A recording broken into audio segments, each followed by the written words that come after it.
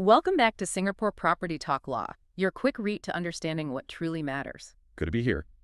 Today, we're diving deep into the freshly announced Singapore cabinet under Prime Minister Lawrence Wong. Yes, quite a significant development. You've shared some interesting material on this. Exactly. And our goal is really to extract the essential shifts, what they might signal about Singapore's future direction. All without bogging you down in the minor details. Precisely.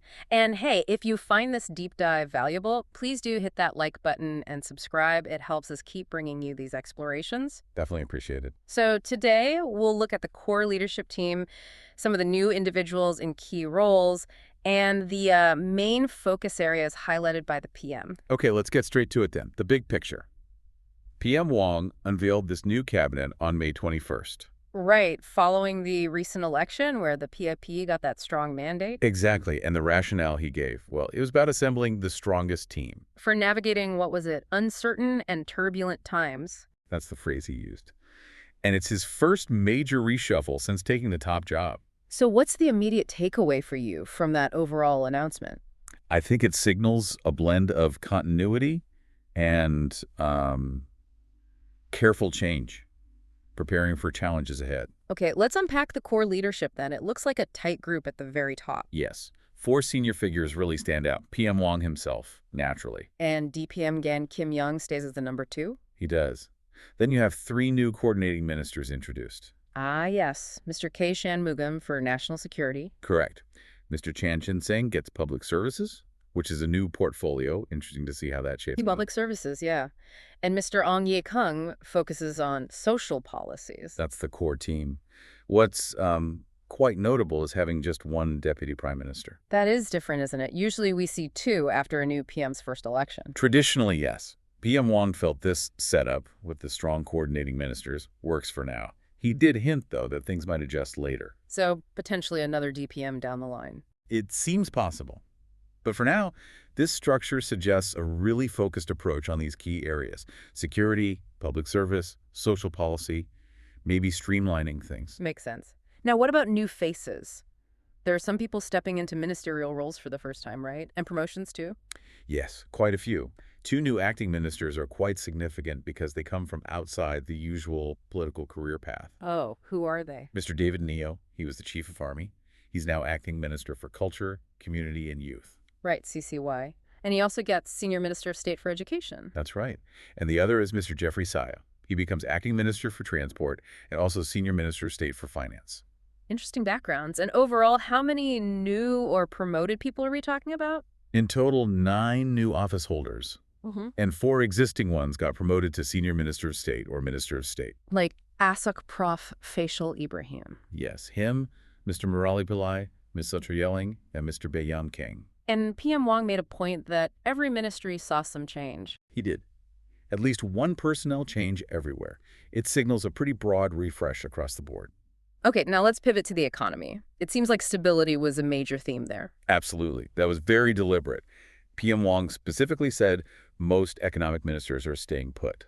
Because of the global situation, rising trade barriers, competition. Exactly. That changed world, as he put it, greater uncertainty. And he's staying on as finance minister himself. Yes, which really underlines that focus on stability. Continuity there is key, it seems. And Dr. Tan Sealing, his role is expanding. Right.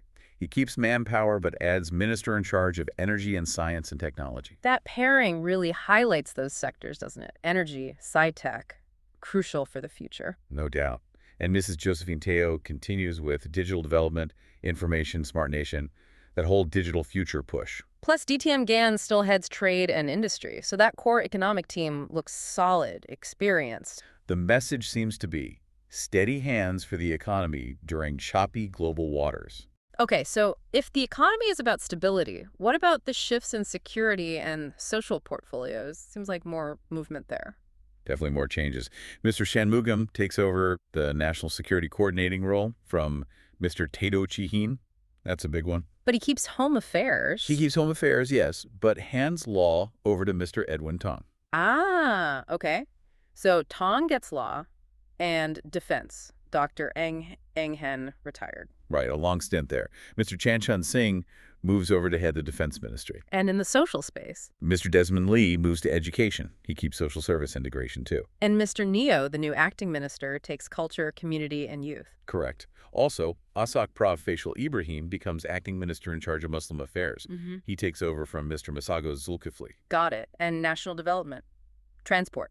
Mr. Chihan Tat takes on national development, and Mr. Seo, as we mentioned, gets transport as acting minister. So quite a shuffle in these areas, bringing in potentially new perspectives. Seems like it. A deliberate refresh in how these crucial domestic areas are managed. We should also acknowledge those who are stepping down. 6 retirements, I believe. That's right. 6 office holders retired.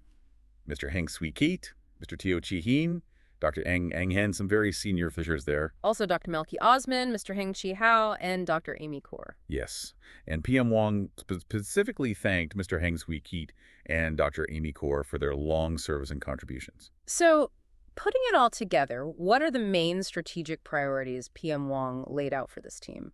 He highlighted 2 main things, really. First, securing Singapore's place in this new global environment, advancing our interests overseas. Okay, the external focus. And second, steering Singapore through the economic uncertainties and changes we've been talking about, the domestic focus tied to the global picture. Those seem like the twin pillars guiding this whole reshuffle then. Pretty much. They're clearly interconnected. And you mentioned earlier this might not be the final form of the cabinet, more changes expected. Yes, PM Wong himself indicated. All right. He suggested further adjustments are likely in, say, 1 to 2 years. Why is that? The idea seems to be about grooming the next generation, giving younger office holders more experience across different areas, preparing them for bigger roles later on. Ah, so it's a transition phase in some ways. Explains the slightly larger cabinet size, too. Exactly. It's up to 40 members now, from 37 previously, accommodating this transition and development phase. One last point, the NTUC leadership.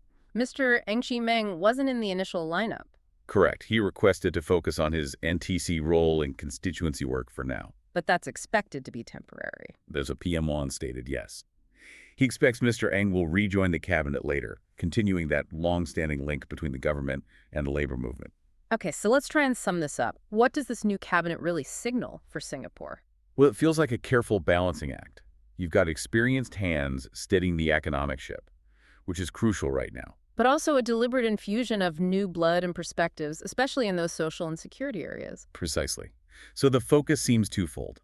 Navigate these immediate global headwinds, these uncertainties. While also actively building the leadership team for the longer term, grooming that next generation. Exactly.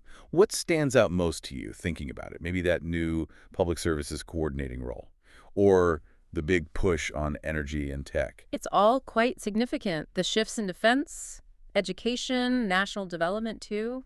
It shows a willingness to change things up. It does. Yeah. So this has been our quick look at the leadership team now steering Singapore. For those wanting to dig deeper, looking into the backgrounds of the new ministers, or thinking about how those coordinating roles will actually function. That would be worthwhile. It really leaves us with the big question, doesn't it? Which is? How will this team, this strongest team, as PM Wong called it, actually shape Singapore's path forward in the coming years?